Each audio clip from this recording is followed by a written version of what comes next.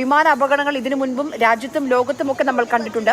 പക്ഷേ ഈ ഒരു നിമിഷം പോലും, കൃത്യം പറഞ്ഞ ഒരു മിനിറ്റ് പോലും, അതായത് 60 സെക്കൻഡ് പോലും എന്തുകൊണ്ടാണ് ഈ വിമാനം വായുവിൽ നിലനിൽക്കാതെ പോയത്?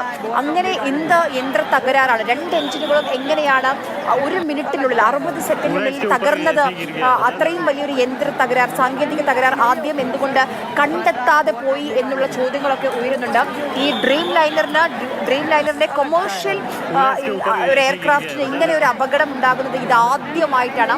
അപ്പോൾ ഡ്രീം ലൈനർ എല്ലാ കാലാവസ്ഥയും എല്ലാ സാങ്കേതികമായ തടസ്സങ്ങളെയും ഒക്കെ അതിജീവിക്കാൻ കഴിയുന്ന അത്യാധുനിക എയർക്രാഫ്റ്റ് ആണ് ഡ്രീം ലൈനർ. അപ്പോൾ അതിൽ ആ ഒരു എയർക്രാഫ്റ്റ് അപകടത്തിൽ പെടുന്നതിൻ്റെ അതുമായി ബന്ധപ്പെട്ട് കുറേ ചോദ്യങ്ങളൊക്കെ ഉയരുന്നുണ്ട്. എന്തായാലും ഇപ്പോൾ ഈ കാണുന്ന പോലെ രക്ഷാപ്രവർത്തനം, പല രീതിയിലുള്ള രക്ഷാപ്രവർത്തനം ഇപ്പോഴും പുരോഗമിച്ചുകൊണ്ടിരിക്കുകയാണ്.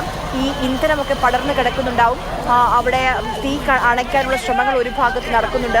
ഈ കെട്ടിടത്തിന് അടിയിലും അതിനിടയിലുമൊക്കെ ആരെങ്കിലും കുടുങ്ങിക്കിടക്കുന്നുണ്ടോ എന്നുള്ള പരിശോധന പല ഭാഗത്തും നടന്നുകൊണ്ടിരിക്കുകയാണ്. അതിനിടയ്ക്ക് രക്ഷാപ്രവർത്തനം ഊർജിതമായി തന്നെ മുന്നോട്ട് പോയിക്കൊണ്ടിരിക്കുന്നു.